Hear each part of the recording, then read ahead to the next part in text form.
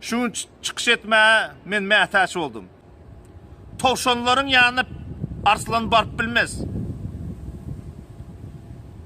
Men öz komandam ba, men öz resursum ba, men öz yolum bilen bar yani.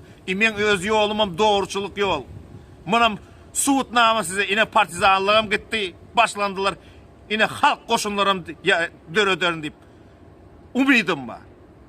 Halk koşun diye otin, 500 tane gol verin, her velayetten 100 tane gol. Men halk koşun dörödeyin, men adamlarımam ba, resursumum ba. Men Türkmenistan'a barmadı, yağdayımam bar. Yurdu ütkütmeye de yağdayım ba. Berin may 100 tane gol, her velayetten. Edeyin men şunu. Aşkavatta da var hükümetim elimize alarsın. Oy her köp her kim adam aydı baran son yumurmalı za etmeli hükümette işgal yok. Şu kasyağı saklamalı yöne reform etmeli. Men siz aydı otin MHM'nin işgalleri MHM değil MVD prokurator hemmesi.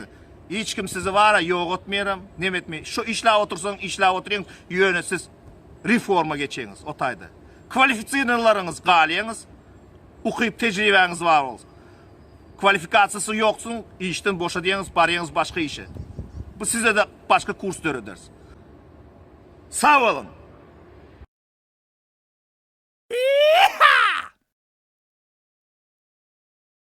Diktatör adamının son 6 ayla yurtta yankı vaxtlayınca komitet var. O ne emedindir? Yankı aktivistler, devlete, beylik partiyanın vekiller uyuşup şu временный правительство edilir. Временный правительство birinci dekrede bilen yankı prezidenti yerinden boşalır. İkinci dekrede bilen velayetin yolbaşlarını aydar. Siz tiyade hükümeti yine şu временный правительствоны временный, yani vaxtlayınca hükümeti qo'llayan yok, qo'llamak. İşinden boş. Dekredin al, prikadın al, sen çık.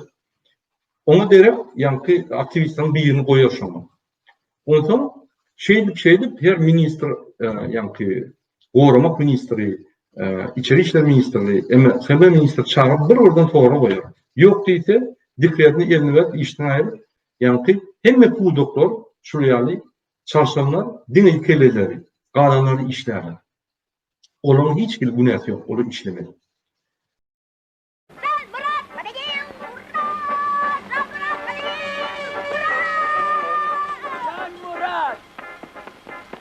Жан Мурат, помоги мне слезть отсюда. Сейчас я вас выручу.